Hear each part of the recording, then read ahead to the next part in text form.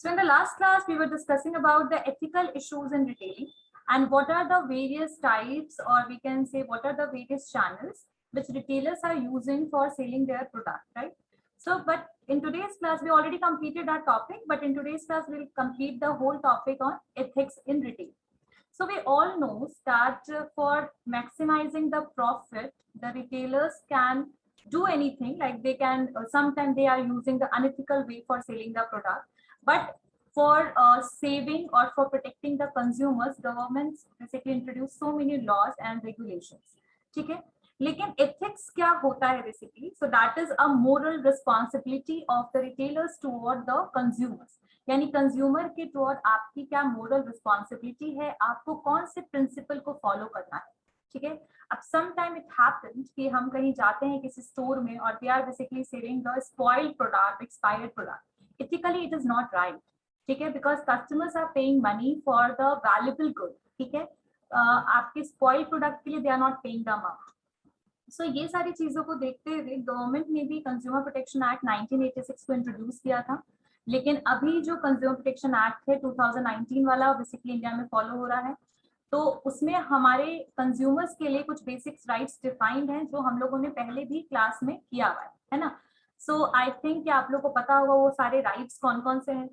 Ethics जो है एक मोरल प्रिंसिपल है, एक बेसिकली एक प्रिंसिपल, ऐसा प्रिंसिपल जो गाइड करता है पीपल को उसके स्वभाव के लिए, ठीक है। तो रिटेलर्स जो हैं sometimes they are basically indulge in the wrong activities and ethics is something which will let you know that what is right and what is wrong, ठीक है। तो ये तो हो गया ethics।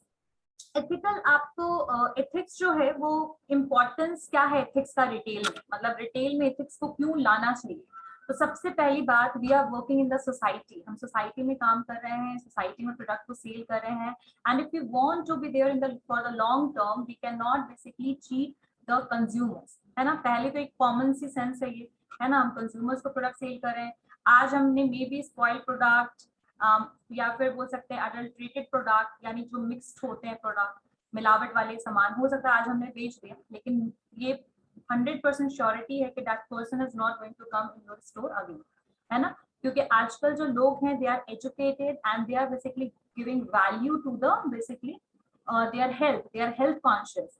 तो जो भी अगर उनको खाने पीने की चीज इस तरीके की मिलेगी किसी स्टोर में, तो इट माइट बी पॉसिबल कि that person is complain against that retail. तो ये तो नॉर्मल टर्म हो गया, बट हम अभी थोड़ा सा बुक का अगर हम टर्म समझें तो सबसे पहली बात है build a positive image in society. पहला इंपॉर्टेंस है एथिक्स में, लिखिए importance of ethics in retail में, फर्स्ट पॉइंट लिखिए importance of ethics. Importance of ethics का पहला पॉइंट लिखिए importance of ethics in retail का फर्स्ट पॉइंट। क्यों एथिक्स इंपॉर्टेंट है रिटेल सेक्टर में, तो उसको अब हम पॉइंट वाइज डिफाइन करूंगी, मैं पॉइंट वाइज लिखिए। First point is build a positive image in society, build a positive image in society, build a positive image in society, ठीक है।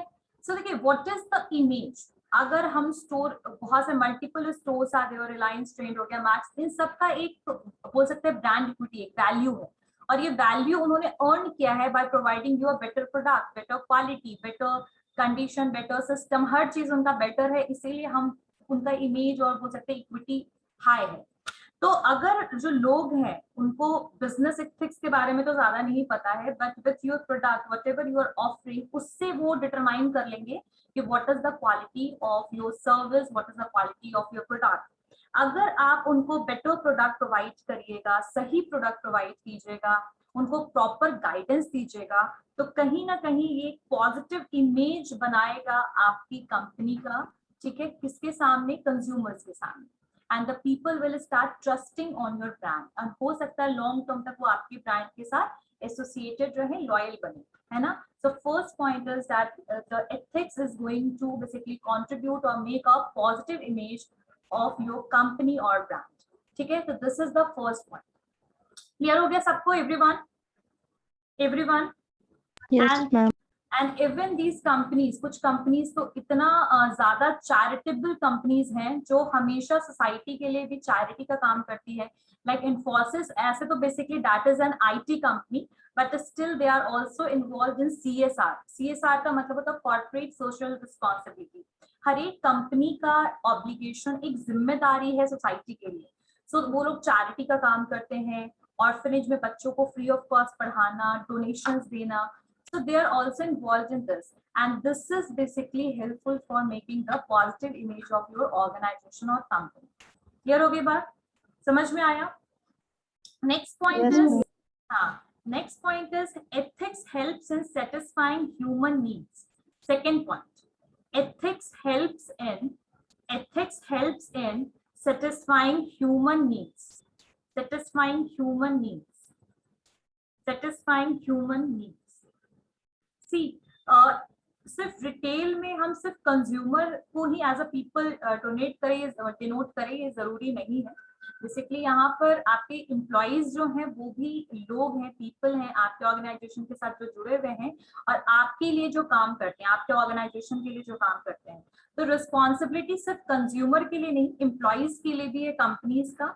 अगर कोई एम्प्लॉय ऑनेस्टी के साथ प्रॉपर वर्क को इम्प्लीमेंट करता है तो ऐसे सिचुएशन में हमें उन्हें इंसेंटिव देना चाहिए, प्रॉपर्ली हमें उन्हें अप्रिशिएट करना चाहिए, है ना। अगर कोई ऑनेस्टी के साथ काम कर रहा है तो, और एथिकली हमें उनके साथ बिहेव करना चाहिए, ठीक है, मतलब उनके साथ गलत नहीं करना चाहिए इन शॉर्ट। तो इस तरीके से क्या होगा कि अगर आपके ऑर्गेनाइजेशन में एम्प्लॉइज रिटेन करेंगे तो आपके ऑर्गेनाइजेशन में कस्टमर भी रिटेन करेंगे। ये ऐसा क्यों है कि एम्प्लॉइज रिटेन करेंगे तो कस्टमर भी रिटेन करेंगे? क्योंकि अल्टीमेटली वही एम्प्लॉइज कस्टमर के साथ डील करते हैं, ठीक है। अब आप मान लीजिए कि कोई किसी भी जगह पे जाते हैं, अगर आप मैक्स में जाते हैं तो वहां पर जो मैक्स जो कंपनी है वो आपसे बात नहीं करने आएगी। The employees are who is going to represent the company. So employees का बहुत बड़ा रोल होता है कस्टमर के साथ डील करने के लिए, है ना। तो कहीं ना कहीं अगर एम्प्लॉइज डिससेटिस्फाई है आपके ऑर्गेनाइजेशन से तो हो सकता है कि they are not able to deal with customers in proper way, maybe they are not willing to help the customers. And in short, if customers are not feeling happy when they visit your store, definitely they are not going to come in that store again, and even they are going to do the negative mouth publicity. वो दूसरों को भी बताएंगे कि अरे उस store में गए, वहां पर किसी ने हमें कोई ना प्रोडक्ट प्रॉपर दिखाया, हमने पूछा तो ना कोई आंसर दे रहा है, so they are not behaving in the proper way, ठीक है। Either your product quality was very good, but still if the people are not talking to them in a proper way, और वो भी branded store, तो definitely वो चीज एक negative mouth publicity बाहर आएगा। तो कहीं ना कहीं एम्प्लॉइज का भी सेटिस्फाई रहना रिटेल सेक्टर में बहुत जरूरी है, ठीक है। सो एथिकली हमें जो ह्यूमन है, जो यहाँ पर एम्प्लॉइज और कस्टमर्स हैं, उनको सेटिस्फाई करने के लिए एथिक्स लाना बीच में, मोरल जो आपके प्रिंसिपल्स हैं उसको यूज करना बहुत जरूरी है। आगे बात समझ में क्लियर हो गई बात? अब एम्प्लॉइज कैसे सेटिस्फाई होगा? तो एम्प्लॉइज के लिए आप इंसेंटिव्स का प्रोविजन रखिए, एम्प्लॉइज को आप टाइम पे सैलरी प्रोवाइड कीजिए, एम्प्लॉय को अप्रिशिएट कीजिए, एम्प्लॉय को मोटिवेट कीजिए। तो ये सारी चीजें अगर होती हैं एक ऑर्गेनाइजेशन में तो employees will be happy, and अगर वो खुश हैं तो definitely they are not going to leave that store और ऑर्गेनाइजेशन, ठीक है, वो तुरंत से नहीं छोड़ेंगे। एम्प्लॉइज टर्नओवर कम हो जाएगा। एम्प्लॉइज टर्नओवर मतलब एम्प्लॉइज आपके यहाँ रुकेंगे, ठहरेंगे। आई बात समझ में? Second point? Yes ma'am. चलिए नेक्स्ट पॉइंट लिखिए। ethics plays an important role in decision making. Ethics plays an important role in decision making. Ethics plays an important role in decision making. ठीक है? Like if the organization is believed on the ethics, definitely basically they will favor the organization, they will favor the employees as well as they favor the customer. जो retailer जो होंगे अगर उनके पास ethical कोई ethics नहीं है तो they can not able to take the decision quickly.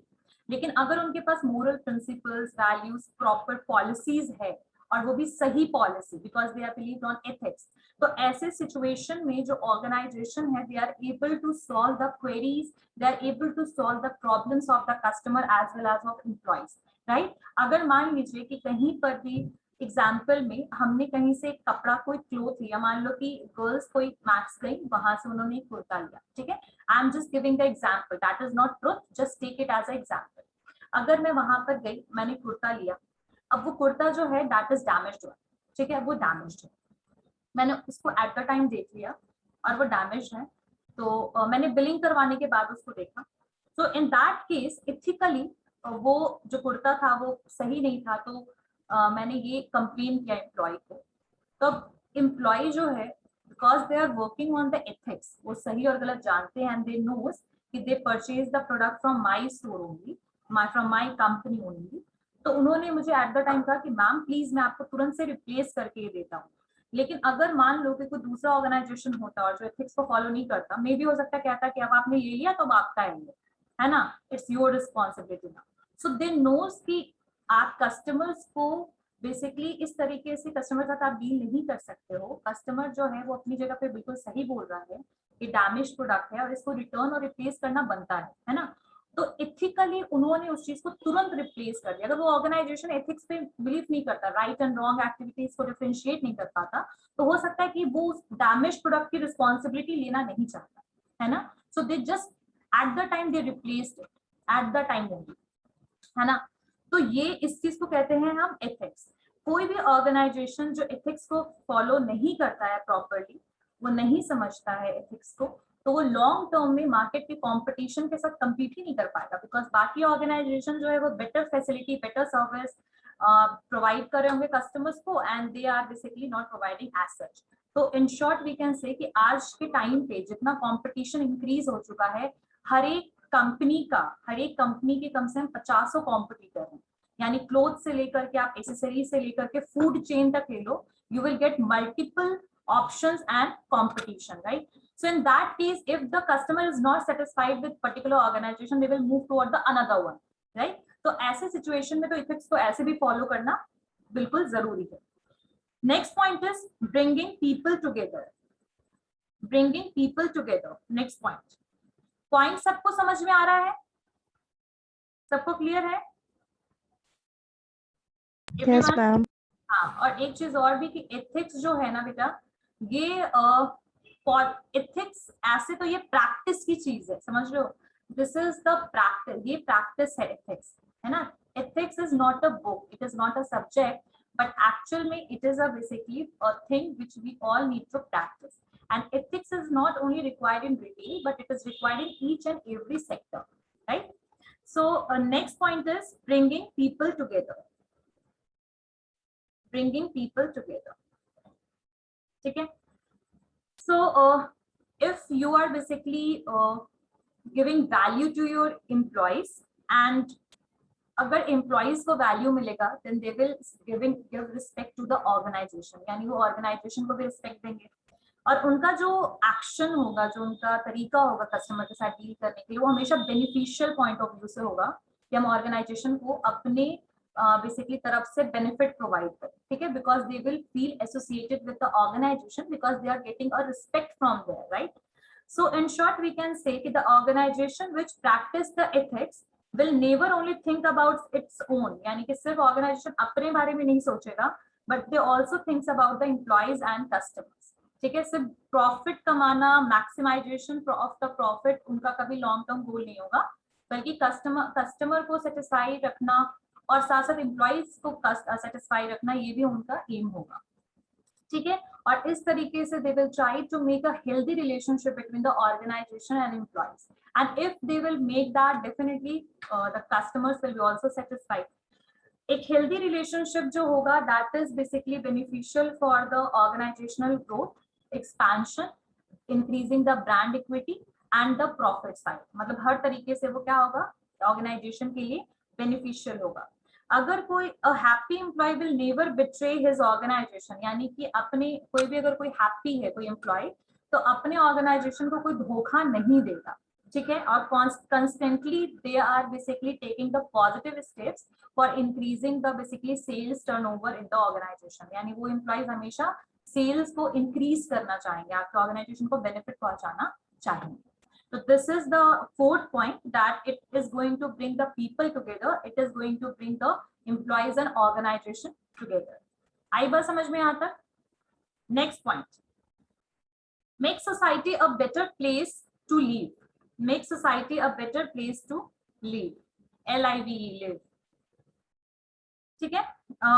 अगर हर एक जगह पे अगर हम एक चीज सोचें कि अगर एथिक्स हो, प्रैक्टिस होता है हर जगह पे ऑर्गेनाइजेशन में, तो एक सोसाइटी में एक उस तरीके का ट्रस्ट वैल्यू हर एक ऑर्गेनाइजेशन के लिए इंक्रीज हो जाएगा, और लोग जो है ना वो आंख मूंद करके भी ऑर्गेनाइजेशन पे भरोसा करेंगे, they are going to trust on them like that. Why?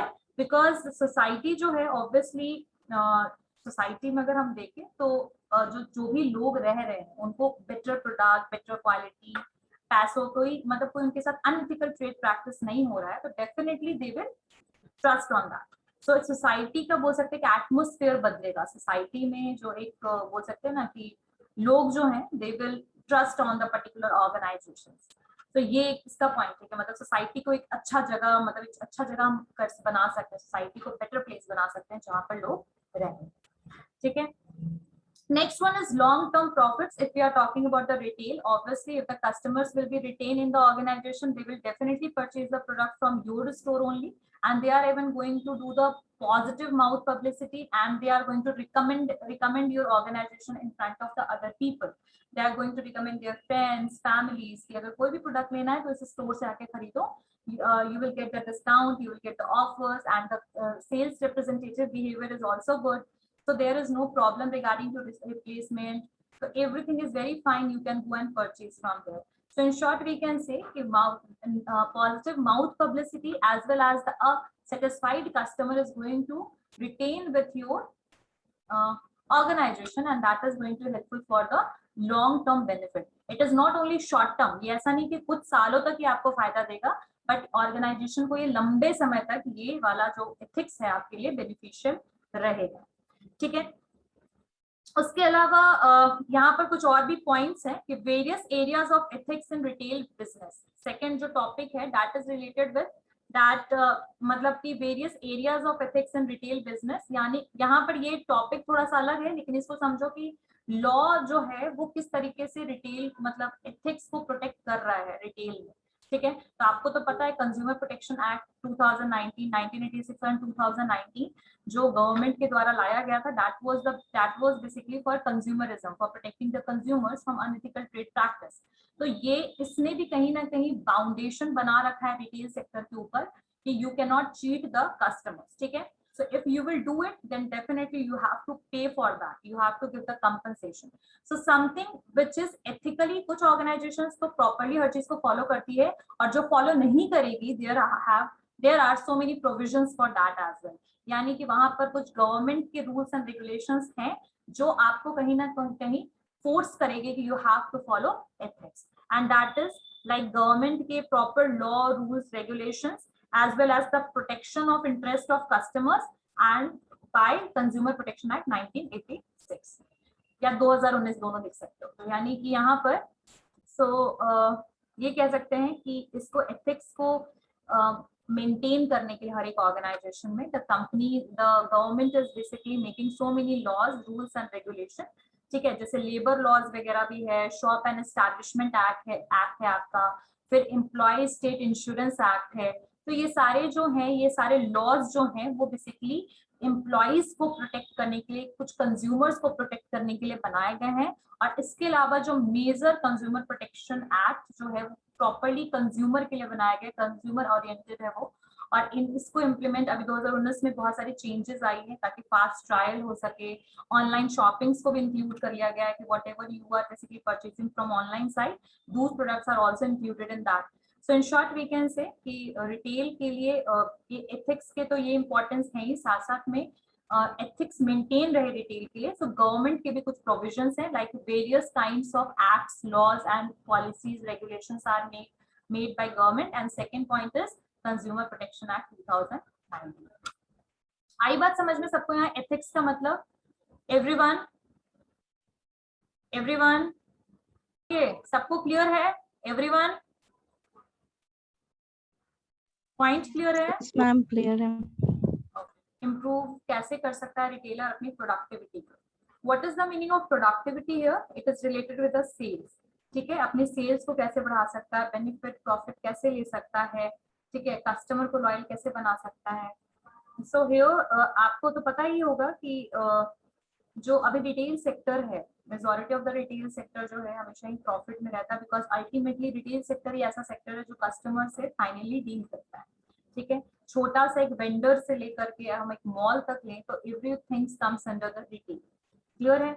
So productivity cost में आपकी क्या क्या चीजें आ जाती हैं। Basically productivity cost is related with कितना प्रोडक्ट आपने सेल किया, यानी परसेंटेज ऑफ सेल, और कितने टाइम पे आपने उस प्रोडक्ट को सेल किया, यानी time taken by cashier to complete a transaction, यानी उस पर्टिकुलर प्रोडक्ट को, मान लीजिए कि कोई स्टोर में एंटर हो रहा है, अगर मान लीजिए कि कोई स्टोर में ग्राहक एंटर होता है, तो ये जो ग्राहक है, यानी ये जो आपका कस्टमर है, दिख रहा है सबको, विजिबल है बोर्ड पे, ये जो आपका कस्टमर है, इसने मान लो कि 1 आवर में पूरा प्रोडक्ट को देखा एंड फाइनली 1.30 यानी कि 1 घंटा 30 मिनट यानी 1.5 घंटे में इस पर्सन ने पर्टिकुलरली प्रोडक्ट को खरीदा, यानी कैशियर तक में इसको टाइम लगा 1.5 घंटे। तो प्रोडक्टिविटी में क्या क्या चीजों को कैलकुलेट किया जाता है? पहला चीज तो ये कि आपका सेल कितना हुआ, परसेंटेज ऑफ सेल, ठीक है। सेकंड है कि time taken by cashier to complete a transaction, उसके अलावा फिर आपका प्रॉफिट मार्जिन कितना आया, उसके अलावा इन्वेंट्री टर्नओवर, मतलब रिलेटेड विद द बेसिकली आपका स्टॉक।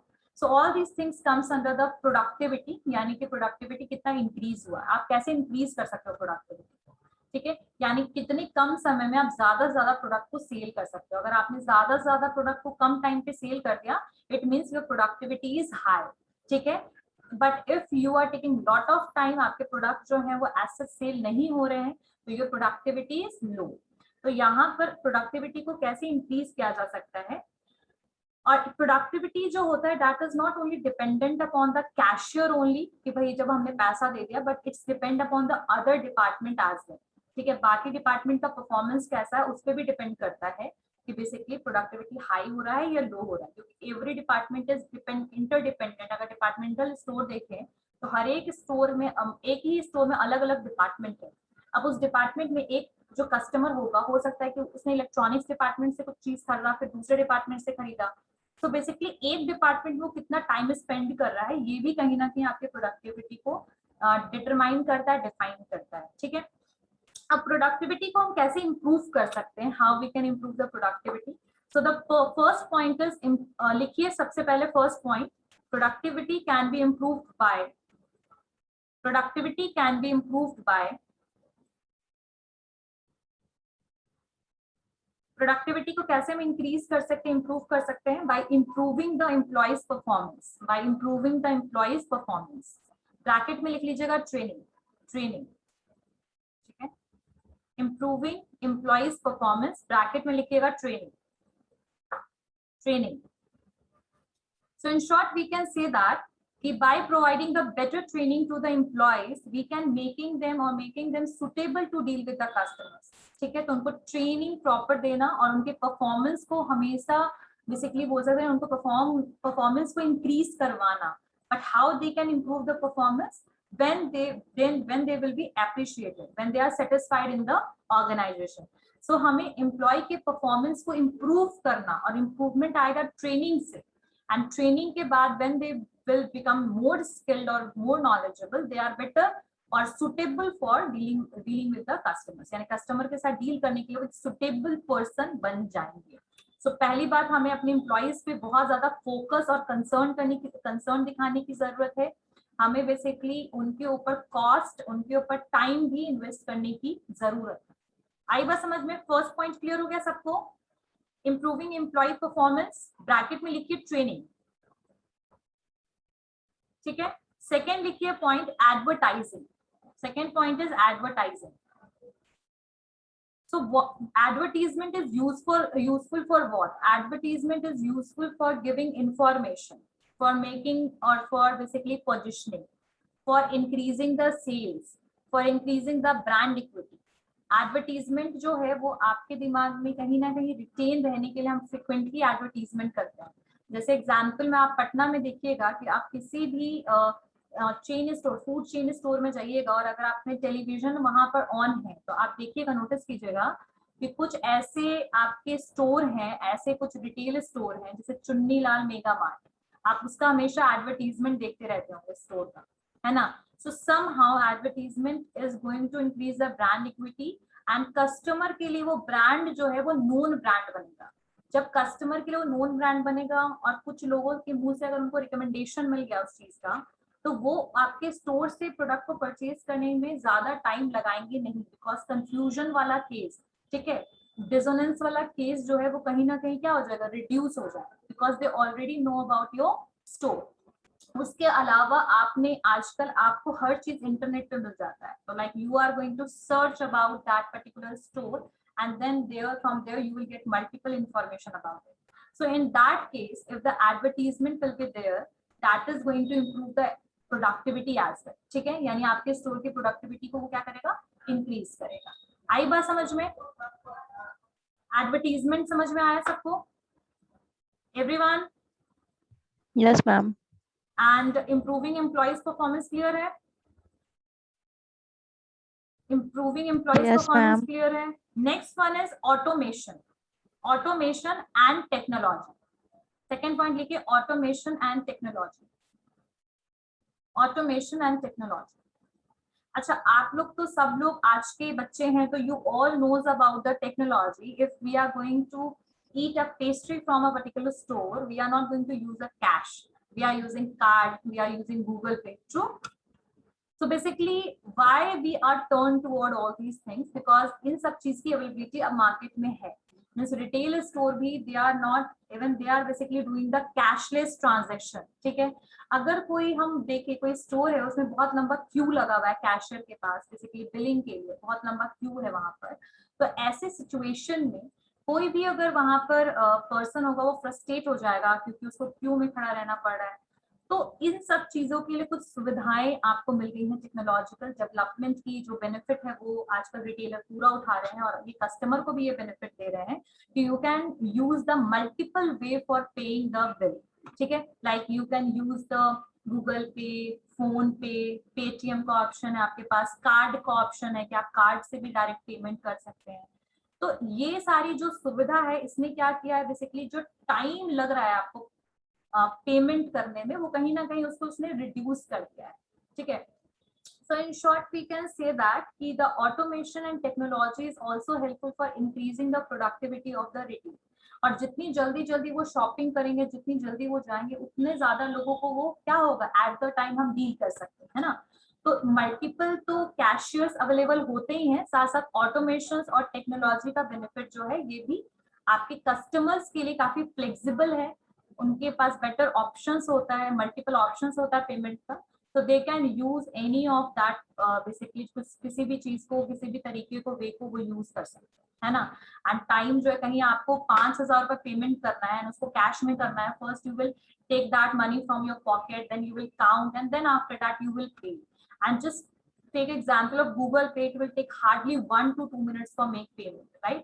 और कई बार फिर उसको चेंज की प्रॉब्लम होना, फिर चेंज नहीं होना, पैसे कम होना, so many problems are there, right?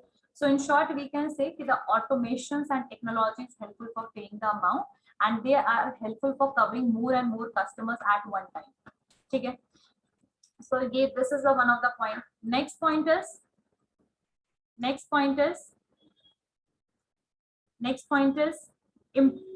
improved space productivity. Improve space productivity.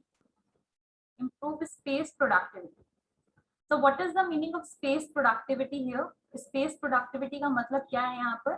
Space productivity का मतलब है कि आप space बेसिकली कितना आप प्रोवाइड करें कस्टमर्स को, ठीक है। कई बार स्पेस कम है, तो ऐसे सिचुएशन में एक टाइम पे आप ज्यादा कस्टमर को एंटरटेन नहीं कर सकते, है ना। तो space should be there in your store, ठीक है। प्रॉपर्ली स्पेस होना चाहिए जहाँ पर कस्टमर्स प्रॉपर्ली वैंडर कर सके, घूम सकते और प्रोडक्ट को प्रॉपर्ली एनालाइज कर सके। ऐसा ना हो कि अगर वो एक प्रोडक्ट देख रहे हैं, इतनी भीड़ है कि they are not feeling okay there, and फिर वो बाहर चले जाए। सो अब ज्यादा से ज्यादा कस्टमर को एंटरटेन करने के लिए there should be a proper space availability in the retail store, ठीक है। प्रॉपर्ली वहां पर स्पेस होना चाहिए, ठीक है।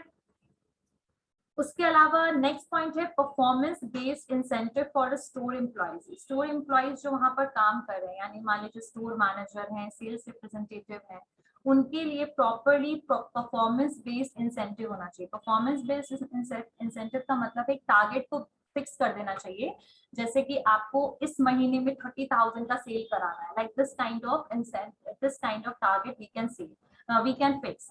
एंड इफ दैट पर्सन, अगर वो जो एम्प्लॉय है, we can fix the target for the employees that 30,000 का सेल होना चाहिए, फ्रॉम योर साइड 30,000 का सेल होना चाहिए, एंड मान लीजिए आपने 30 से ज्यादा सेल कर लिया, 30,000 सेल कर दिया 30,000 वैल्यू का, तो ऐसे सिचुएशन में उनको बेसिकली इंसेंटिव देना चाहिए, यानी salary plus amount should be paid on in this situation. Salary plus amount का मतलब है सैलरी तो उनको मिलेगा ही, उसके साथ साथ उसके ऊपर जो भी आपने टारगेट अचीव किया उसका पर्टिकुलर परसेंटेज, मान लीजिए कि 30,000 पे आपको 2,000 रुपीज एज अ इंसेंटिव मिलेगा। So that incentive should be definitely given to the store employees, because that will, store employees को incentive मिलेगा तो they are basically become more, में willingness ज्यादा आएगा, वो ज्यादा कस्टमर्स को चाहेंगे कि वो प्रोडक्ट को सेल करना है, ठीक है, तो वो ज्यादा कस्टमर की तरफ फोकस्ड रहेंगे, है ना, तो कस्टमर को भी प्रॉपर सर्विस भी मिलेगा। तो in short we can say that this should be, these all points are basically telling us कि इस तरीके से हम प्रोडक्टिविटी को इम्प्रूव कर सकते हैं, ठीक है। अब हम बात करते हैं basically there are 3 different location type, मतलब लोकेशन जो स्टोर्स के होते हैं वो 3 तरीके के होते हैं। एक होता है आइसोलेटेड स्टोर, आइसोलेटेड तो नाम से पता लग रहा बिल्कुल हटा हुआ, बिल्कुल साइड, आइसोलेटेड बिल्कुल अलग थलग जिसको हम कहते हैं, ठीक है। First one is isolated store, the second one is unplanned business district and the planned shopping centre. तो आइसोलेटेड स्टोर जो होता है, फ्री, आइसोलेटेड स्टोर क्या होता है वो मैं बताती हूँ। आइसोलेटेड स्टोर जो होता है एक फ्री स्टैंडिंग रिटेल आउटलेट होता है जो लोकेटेड होता है हाईवे पे और स्ट्रीट पर, यानी कि हाईवेज वगैरह जो लोग यूज करते होंगे उनको पता होगा कि एक सिंगल वहां पर छोटा सा दुकान रिटेल का छोटा सा स्टोर खड़ा रहता है, वो बिल्कुल उसके आसपास आपको कोई भी रिटेल स्टोर दिखेगा भी नहीं, यानी कि दिखेंगे बट बहुत दूर दूर पे, मतलब एक अगर स्टोर यहाँ है तो 1 किलोमीटर आगे फिर आपको एक ऐसा स्टोर दिखेगा। तो इसको हम कहते हैं free standing retail store. Free standing retail store का मतलब वहां पर वो अकेला रहेगा स्टोर, उसके आसपास बाकी कोई स्टोर्स अवेलेबल नहीं होंगे, और होंगे भी तो काफी डिस्टेंस पर दूसरा स्टोर अवेलेबल होगा, तो इसको हम कहते हैं आइसोलेटेड स्टोर, ठीक है, यानी कि बिल्कुल अलग थलग स्टोर है ये। अब ऐसे जो स्टोर होते हैं वो ऐसे जगह पे ओपन होते हैं जहां पर उनको पता है कि लोगों का आना जाना लगा रहता है, people are not staying there but people are travelling through that route, यानी उनको पता है कि लोग वहां रहेंगे नहीं लेकिन वहां से ट्रैवल जरूर करेंगे, ठीक है। तो इसीलिए जो ज्यादातर स्टोर्स ऐसे होते हैं ना जो हाईवे पे या फिर किसी गली वली में होते हैं, गली का मतलब होता है जैसे कि घर के आसपास एक गली है उसमें एक स्टोर है अकेले, खैर अभी तो लोकेलिटीज वाले स्टोर्स भी बहुत ज्यादा बढ़ चुके हैं, बट हाईवेज वाले स्टोर्स तो अभी भी वही सिचुएशन है, दे आर आइसोलेटेड स्टोर, ठीक है। अब आइसोलेटेड स्टोर के बेनिफिट क्या है ना, आइसोलेटेड स्टोर के क्या बेनिफिट है। तो पहला चीज कि ऐसे जो स्टोर होते हैं इसके आसपास कोई कंपटीशन नहीं होता है, लाइक द पीपल जो वहां पर रुकते भी हैं, जो कस्टमर्स वहां होते हैं उनको पता है कि काफी दूर पे अब नेक्स्ट स्टोर है, तो they are purchasing the product from that store only, तो we can say that competition, no competition is there because आसपास कोई उस तरीके का स्टोर अवेलेबल नहीं है, ठीक है। So first one is there is no competition in close proximity, ठीक है। द सेकेंड वन इज कि rental cost are relatively low. अब रेंटल कॉस्ट लो इसलिए होता है क्योंकि वैसे जगह पे कोई स्टोर ओपन करना ही क्यों चाहेगा, है ना, अब वो तो स्ट्रैटेजिकली पर्सन सोच रहा है कि चलो यहाँ से कस्टमर का आना जाना रहेगा, है ना, तो उस हिसाब से उसने ओपन कर लिया, लेकिन उस जगह पे मेजॉरिटी ऑफ लोग जो है स्टोर को ओपन करना नहीं चाहते हैं, तो ऐसे जगह जो आउटस्कर्ट्स की और जो आइसोलेटेड एरियाज में स्टोर होते हैं उनका कॉस्ट, रेंट कॉस्ट बहुत ज्यादा क्या होता है, लो होता है। So the rent cost of the isolated store is very low. ठीक है, first one is no competition, the second one is a very less rent, ठीक है। थर्ड है कि ऐसे जगह पे जो भी हाईवेज होते हैं वो बेटर रोड और इंफ्रा वहां अवेलेबल होता है, तो we can say that better road and traffic visibility is possible, like वहां पर रोड बेटर होते हैं और लोग का आना जाना वहां पर लगा रहता है। हाँ, कुछ चीजें सीजनल होती हैं, कई बार ऐसा होता है कि कुछ हाईवेज को कुछ टाइम पे यूज नहीं किया जाता, that can be possible, but all the time you can see people there, तो आपको लॉस वाले चांसेस बहुत कम होते हैं क्योंकि आपके यहाँ से लोग सामान खरीदेंगे ही खरीदेंगे, ठीक है। और एक और चीज है कि बिकॉज ये सारे स्टोर हाईवेज स्ट्रीट पर होते हैं तो वहां पर आप पार्किंग की फैसिलिटी होती है, लाइक पर्सन जो है वहां पर अपने कार को पार्क करके आराम से आपके यहाँ से प्रोडक्ट को खरीद सकता है, ठीक है। So parking facility is there, so customer want to stay there, वहां पर रुक के वो प्रोडक्ट को खरीदना चाहेगा। सेकेंड चीज है कि कॉस्ट बहुत ज्यादा लो है, रेंट जो है वो बहुत लो है, तो ऐसे सिचुएशन में आपका पैसा भी आपके पॉकेट से कम जा रहा है और कंपटीशन तो खैर है ही नहीं। लेकिन डिसएडवांटेजेस ये है इस स्टोर का, इन टाइप के स्टोर का, कि ज्यादातर लोग जो है वो बाइक, कार और ये सारे व्हीकल्स को यूज करते हैं। तो कई बार ये पॉसिबिलिटी है कि इनिशियल में, मतलब स्टार्टिंग में जो कस्टमर्स को अट्रैक्ट कर पाना, ठीक है, सेफ्टी पर्पज से कई बार तो व्हीकल्स रुकते ही नहीं है कुछ जगह पे, so it might be possible कि इनिशियल कस्टमर्स को अट्रैक्ट कर पाना ऐसे स्टोर के लिए मुश्किल हो जाता है, ठीक है। और बहुत सारे लोगों को ज्यादा दूर नहीं जाना होता है, जैसे मान लो कि किसी को 20-25 किलोमीटर दूर जाना है, तो वैसे लोग जो होते हैं वो कई बार ऐसे स्टोर की तरफ ध्यान भी नहीं देते हैं और वो बिल्कुल क्रॉस कर जाते हैं आराम से, ठीक है। उसके बाद यहाँ पर जो आपका सिक्योरिटी अगर हम देखें, ग्राउंड मेंटेनेंस देखें, उस ये सब चीजें थोड़ी सी यहाँ पर मतलब बोल सकते हैं security problem can be arise there, because obviously highway में आप एक अकेले स्टोर आपने ओपन कर रखा है, ये है। उसके बाद फिर आपकी लाइटिंग कॉस्ट और कुछ एडिशनल कॉस्ट आपको वहां पर लगाए। बेसिकली कई बार ये स्टोर 24/7 ओपन रहता है क्योंकि हाईवे पर है, कन्वीनियंस स्टोर की तरह, तो इनके लाइटिंग का कॉस्ट वगैरह, इलेक्ट्रिसिटी कॉस्ट वगैरह तो इनको पे करना ही पड़ता है। तो in short we can say कि इनका मेंटेनेंस कई बार महंगा पड़ जाता है आपके स्टोर के ओनर को, और इनिशियल टाइम पे कस्टमर्स को अट्रैक्ट कर पाना, और जो लोग कम डिस्टेंस बेसिकली कवर कर रहे हैं, जिनको बहुत ज्यादा दूर नहीं जाना है, उनके लिए ये स्टोर अट्रैक्टिव नहीं होता, ठीक है। तो इसको कहते हैं आइसोलेटेड स्टोर। क्लियर हो गई बात? क्लियर हो गई बात? आइसोलेटेड स्टोर्स कौन Yes, होते हैं? ma'am. आइसोलेटेड स्टोर समझ में आया, जो अलग अलग स्टोर एक जगह पे रहते हैं, है ना? क्लियर हो गई बात? चलिए, Yes. अब इसके अलावा दो और भी पॉइंट्स हैं, दो और टाइप के स्टोर्स हैं, जैसे आपके अनप्लान्ड बिजनेस डिस्ट्रिक्ट और प्लान्ड शॉपिंग सेंटर्स। तो इन दोनों को हम लोग नेक्स्ट क्लास में कवर करेंगे, ठीक है?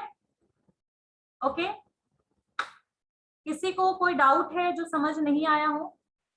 Ethics in the retail business, how we can increase the productivity, how retailers can increase the productivity in retail store, and what is the meaning of isolated store? सबको clear है? Everyone? Yes, ma'am. Yes, ma'am. Okay. So see you all in the next class. Okay.